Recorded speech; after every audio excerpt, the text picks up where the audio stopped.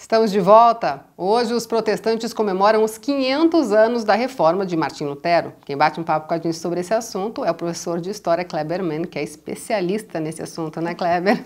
Tentamos estudar um pouquinho, é muito gostoso esse assunto.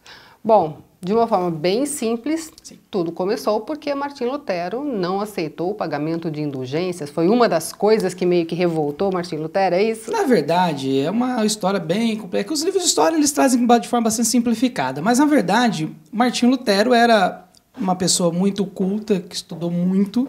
Era um monge agostiniano, né, da Igreja Católica. Alemão? É alemão, né, do Principado de Württemberg. Mas ele viveu em Württemberg, na verdade, foi lá que ele viveu, mas ele não era de lá, ele era de uma outra região que não me lembro agora o motivo, tá? E ele já começou dentro do próprio seminário, como ele era uma pessoa que se mostrava muito culta e muito debatedora, ele acabou sendo designado para dar aula, estudar numa faculdade de filosofia, lá de teologia, de Württemberg.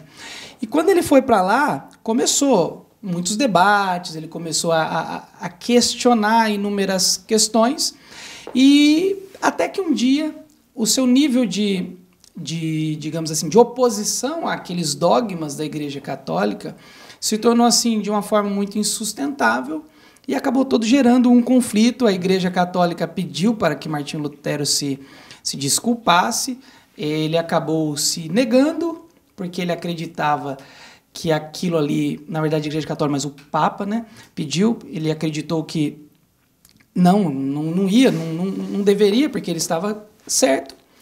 E acabou que no dia 31 de outubro de 1517, ele foi até a frente da catedral onde ele trabalhava, né, trabalhava lá como padre, né, onde ele era pároco, e colou na entrada da igreja as suas 95 teses, que eram 95 pontos que ele discordava da política da Igreja Católica.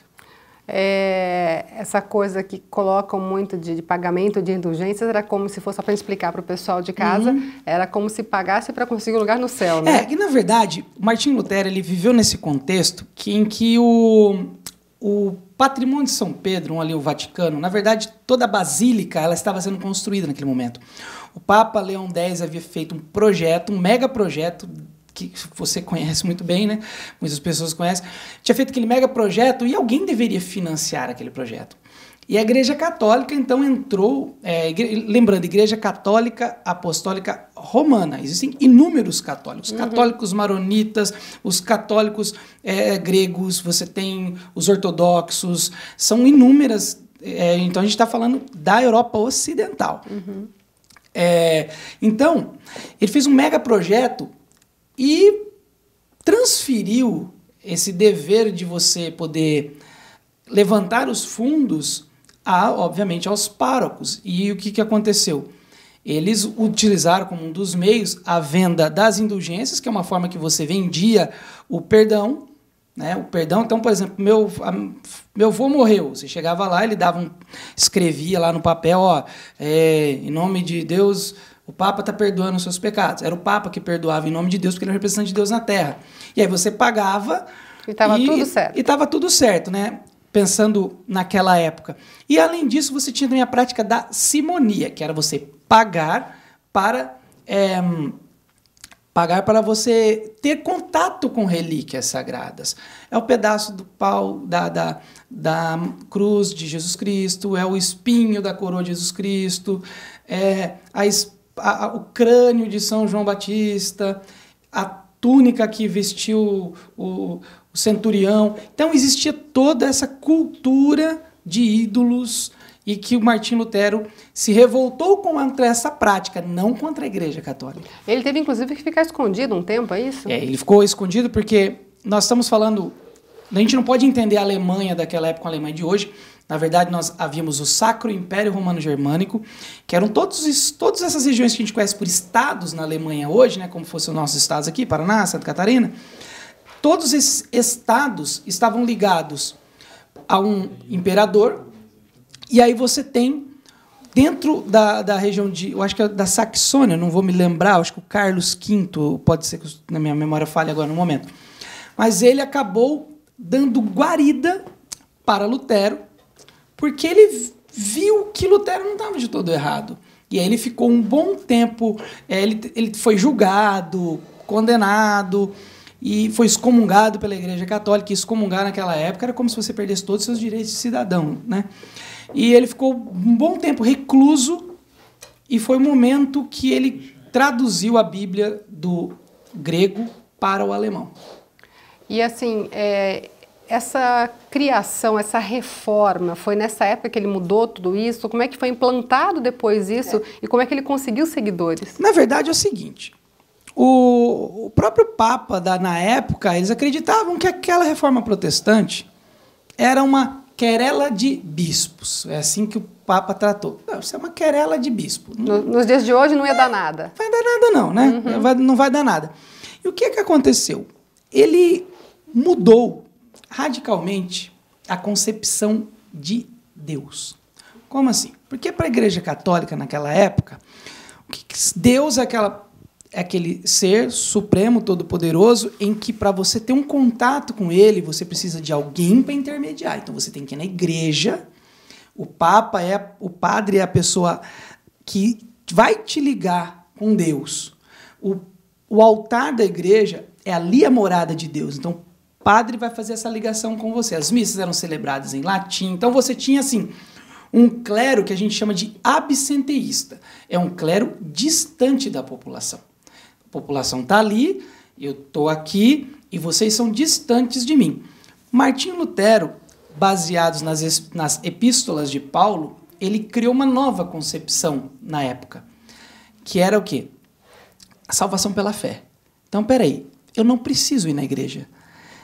Eu como crente, como devoto, como pessoa que acredita em Deus, eu vou poder ter uma ligação direta com ele. Através do quê? Da leitura e interpretação da Bíblia. Por isso que ele traduziu.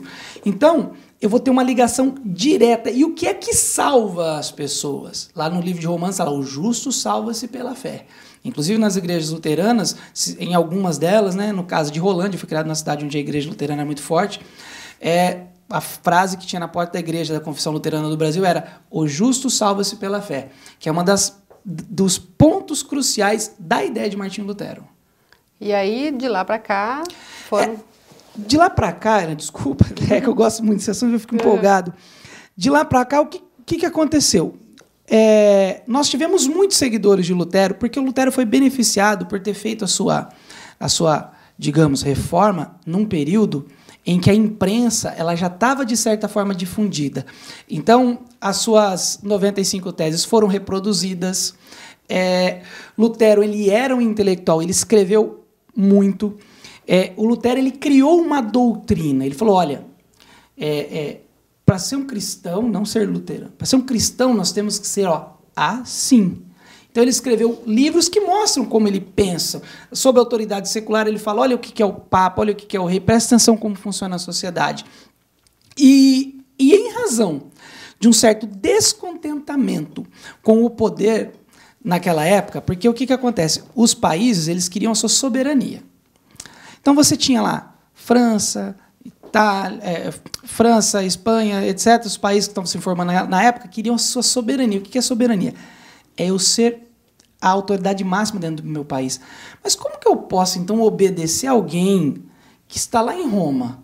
Então, eu estou aqui na Alemanha, vou ter que obedecer um papa que está lá em Roma? Então, isso meio que criou uma possibilidade nos reis, nos príncipes daquela época, de ter alguém que pudesse liderar uma religião e dar um sentido de soberania ali. Né? Porque você estava no momento em que os estados nacionais estavam se formando na França.